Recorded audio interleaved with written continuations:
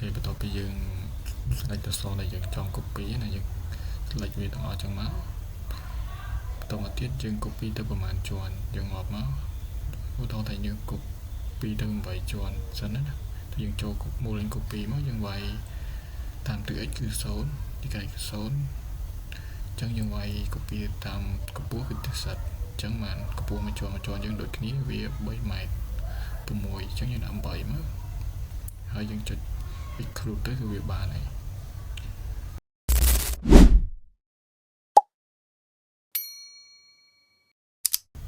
អូខេសួស្តីអ្នកនរគ្នាយើងមកតតាមបណ្ដាយើងទៀត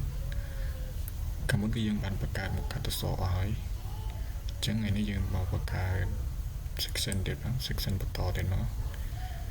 តើតើជាមួយនឹងថ្នាំហើយយើងចូល beam មកតោះយើងចូល beam ក៏បានយើងចូលកន្លែង section ក៏បានហើយយើងចុច new មកតោះមកទៅយើងយក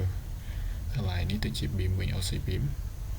តោះមកយើងហើយកន្លែងប៊ីតុងដូចយើងបង្កើតអក្សរដែរយើងដាក់កន្លែង label នេះយើងតាំងឈ្មោះវាទៅថ្នាំយើងជាថ្នាំប្រភេទ TK ឥឡូវយើងចូលមើល AutoCAD សិនមកឥឡូវខ្ញុំមកមើលជាន់តដីនេះថ្នាំអញ្ចឹងវាមាន B7 B1 B2 B3 B4 B5 និង B7 អញ្ចឹងយើងបង្កើតមកជាបើក robot យើងវិញមកយើងវាយមកទំហំបានខ្លះយើងវាយមក300គុណនឹង500ចឹងយើងវាយ300គុណនឹង500មកកន្លែង B នេះគឺម៉ាន B គឺ300ហើយកម្ពស់គឺ500យើងវាយមកទៅមកចុច add ហើយនេះយើងឃើញនៅក្នុង section ហ្នឹងមានអីយើងចូល AutoCAD មកមាន B2 បាន250គុណ500ចឹងកន្លែង label យើងកែវិញមក250បើតាមដល់ដែរយើងកែទៅ3មកបានហើយអូខេទៅយើង add ទៀតមកគឺវា load ហើយនេះអូខេទៅយើងបង្កើតទៀតមកបង្កើតដូចគ្នាទាំងអស់មកយើងវាយតាម AutoCAD ណាតាមថ្នាំយើងមកកាត់មកខ្លះយើងវាយដោយ AutoCAD សិនមកព្រោះយើងសន្មតសិនតបមកបានយើង design ថាថ្នាំយើងជាប់ឬក៏មិនជាប់ចឹងតោះយើងវាយទៀតមកវាយដោយ AutoCAD យើងទាំងអស់មកមានទំហំបានខ្លះតោះខ្ញុំវាយតាម AutoCAD សិនមក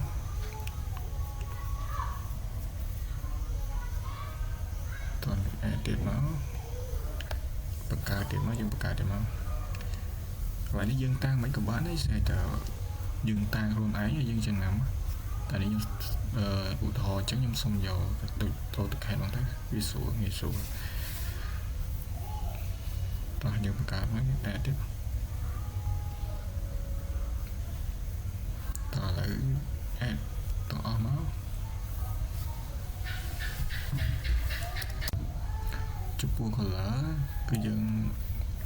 ចង់ដាក់ក៏បានយើងដាក់ក៏បានដែរតែសម្រាប់ខ្ញុំយក auto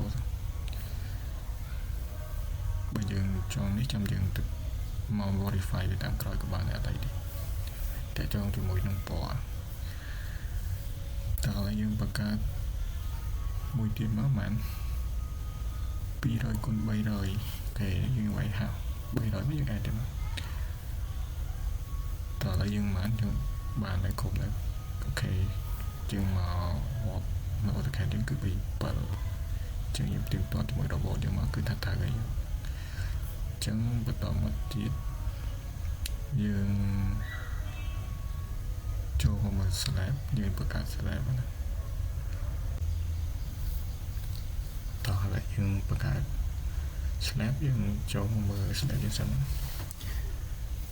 បើ AutoCAD យើងមកហើយនេះ slab យើងមានកម្រាស់ប្រមាណខ្លះមាន F1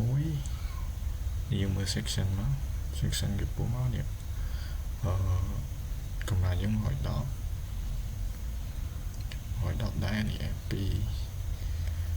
យើងមកមើលកោទៀតណា F5 បានកម្រាស់វា section 110ដូចគ្នា F1 យើងមកមើលកម្រាស់មក110ដែរតើនេះគឺ110ដែរយើង110ដូចគ្នាទេ ឆ្លើយវាអូខេតោះ110ដូចគ្នាទេ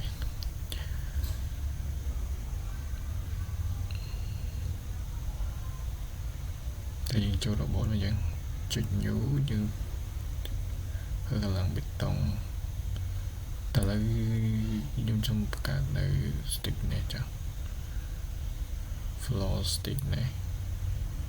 តើខ្ញុំចុចអាកន្លែង tray 3នេះកន្លែងនេះ label នេះយើងដាក់ឈ្មោះទៅបាន THK នេះខ្ញុំតាំងឲ្យ stick នេះហើយ TH នេះកម្រាស់របស់យើងបាន110ហើយកន្លងបេតុងយើងធ្វើមកចូលមកខ្លះណាបេតុងនេះបេតុង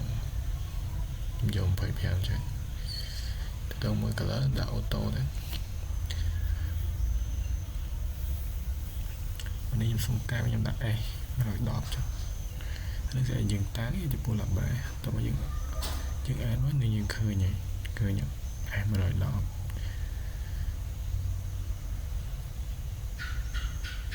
ហើយខ្ញុំដាក់ទៅមកឲ្យគេ S 110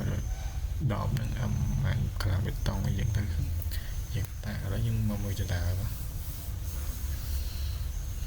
យើងកម្រាស់មែន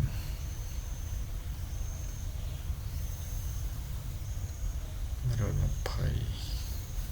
តែយើងវាស់នេះមកទៅមួយគ្នាអូខេនេះ120ដែរថាខាងលើនេះអូ120ដែរចឹង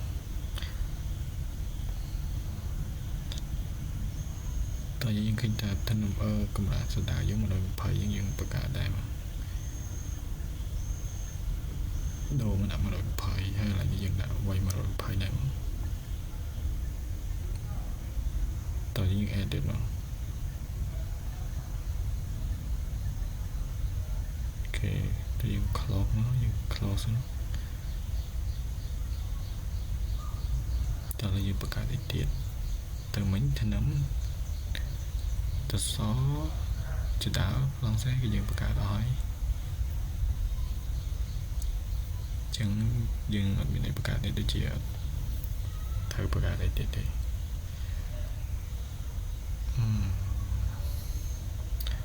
ខ្ញុំសុំអានេះសិតរបស់ខ្ញុំចាស់ទេខ្ញុំធ្វើការ delete វាចោលអស់ទៅកុំឲ្យច្រឡំអញ្ចឹងលុបបាត់ចាស់របស់ខ្ញុំឲ្យអស់ទៅ